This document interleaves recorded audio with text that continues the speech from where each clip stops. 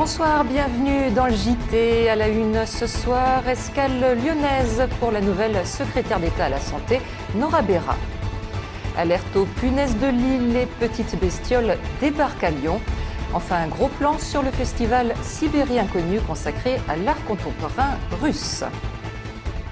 Week-end en famille pour Nora Berra. La nouvelle secrétaire d'État à la Santé est rentrée à Lyon en début d'après-midi pour son premier moment de répit depuis sa nomination.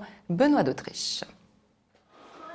C'était son premier retour. Tout juste nommée secrétaire d'État à la Santé, Nora Berra a débarqué ce matin à Lyon. L'occasion de faire le point sur sa promotion, mais aussi de rappeler qu'elle est toujours une élue locale et qu'elle compte bien le rester. J'aurais à cœur de rester aux côtés de tous mes collègues politiques dans l'opposition municipale, à la région, en combinant les deux, comme je l'ai fait jusqu'à présent. La secrétaire d'État va donc cumuler les fonctions. Elle va aussi prendre de l'importance au sein du gouvernement. Numéro 2 de la santé derrière Xavier Bertrand, la Lyonnaise sait qu'elle sera plus exposée qu'avant. Première illustration, à peine nommée, elle est déjà au centre de la polémique Mediator. Ce médicament responsable de la mort de centaines de Français.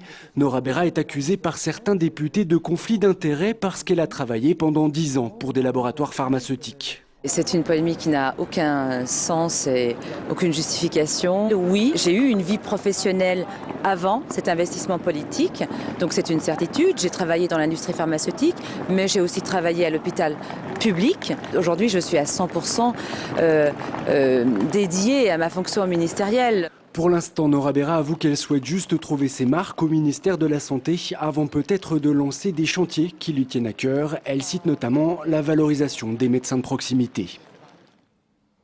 Et pendant ce temps-là, Michel Mercier, nouveau garde des Sceaux, est lui aussi rentré à Lyon, mais pour présider la séance du Conseil général du Rhône. À l'ordre du jour, notamment, un projet d'autoroute de 25 km entre le Nord de Villefranche et la 89, premier tronçon de ce qui pourrait être le futur contournement de l'Ouest lyonnais.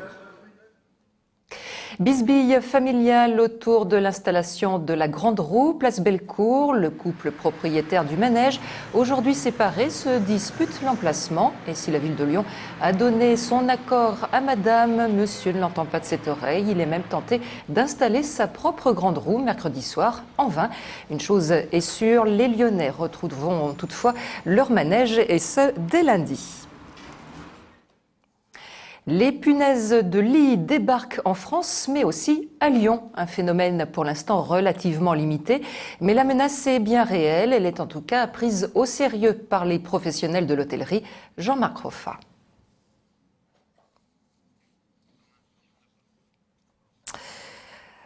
Épilogue dans la longue bataille judiciaire qui opposait les habitants du chemin du Goutet à Tassin à Bouygues Télécom. L'opérateur, condamné par 2 fois à enlever son antenne de téléphonie mobile dissimulée dans un faux sapin, a commencé hier à la démonter, mais l'opération s'avère plus compliquée que prévu.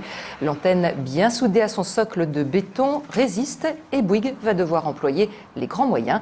Mais pour les habitants, l'heure est au soulagement. On écoute l'une des riveraines au micro de Leïla Kessi. Depuis un peu moins d'1 an, elle ne fonctionne plus, donc notre crainte est terminée. Mais la voir complètement partir, c'est la fin du procès, c'est la fin de toute cette histoire. Nous avons eu effectivement gain de cause au nom du principe de précaution. Et aujourd'hui, effectivement, je pense que le démontage de l'antenne est quelque chose qui est relativement pas encore vraiment fréquent en France. Et je vous le disais, les punaises de lit ont débarqué à Lyon, un phénomène pour l'instant relativement limité, mais les professionnels de l'hôtellerie prennent la menace très au sérieux. Jean-Marc Roffa. Elle ne fait que 5 mm de diamètre et pourtant elle crée la psychose aux États-Unis. Voici la punaise des lits. Elle profite des bagages des voyageurs pour débarquer aussi à Lyon, notamment dans les hôtels autour des gares ou des transits aériens. La vigilance est permanente, puisqu'en fait, il y a des petites traces que nos femmes de chambre doivent repérer. Nous, avec un hôtel juste à côté d'une gare, nous sommes confrontés au risque. Elle pique, elle suce du sang, ce qui lui permet de vivre, de pouvoir reproduire et de reproduire sur le lieu où elle vit. c'est-à-dire à proximité des literies, du bois, du carton, des plaintes. Les professionnels de l'hôtellerie lyonnaise rappellent que ces punaises de lit ne sont pas liées à une mauvaise hygiène. Ce parasite particulièrement vorace provoque de fortes démangeaisons. Les hôteliers ont mis en place des processus de traitement préventif de leurs établissements. On va contrôler le matelas, les coutures du matelas, etc. Mais dans la très grande majorité des cas, on va la retrouver dans la structure du lit, dans le sommier. Rassurez-vous, ici à Lyon, nous sommes très loin de la psychose new-yorkaise, puisque la ville américaine est envahie par la punaise de lit. Je tiens quand même là la principale responsable de la prolifération de la punaise dans notre région, c'est notre valise. Alors si vous revenez avec cette bestiole dans vos bagages, le meilleur conseil, c'est de faire appel à des spécialistes pour les éradiquer. Direction à présent Villeurbanne, le plus haut mur végétal de France a été inauguré cette semaine à l'angle de la rue de Pressensé et du cours Émile Zola. Pervenches, géraniums et autres crocus s'étalent sur tout de même 17 mètres de haut. Un mur qui devrait permettre d'absorber en grande partie les gaz automobiles émis dans ce secteur très fréquenté. En football, après une brève semaine de trêve internationale, l'OL s'apprête à enchaîner 3 matchs importants avant Schalke mercredi en Ligue des Champions et le PSG le week-end prochain.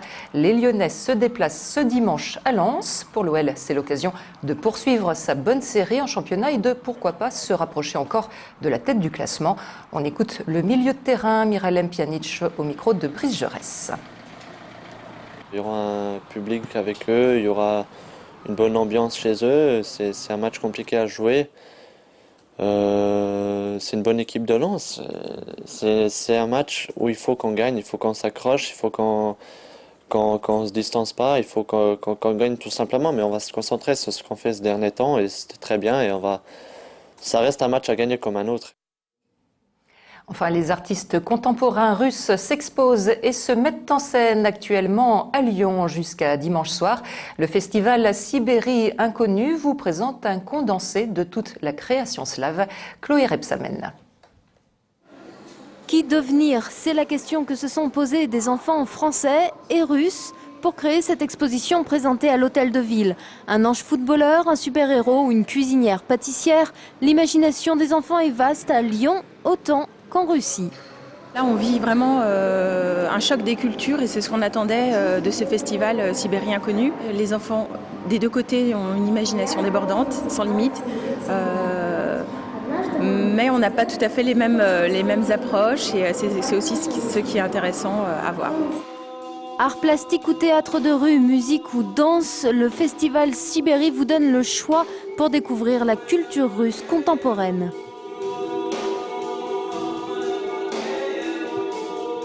C'est-à-dire ça va de l'underground à une culture beaucoup plus ouverte et beaucoup plus commune. Ça va du théâtre pour enfants avec Métamorphosis et au théâtre de rue en passant par la performance et la danse.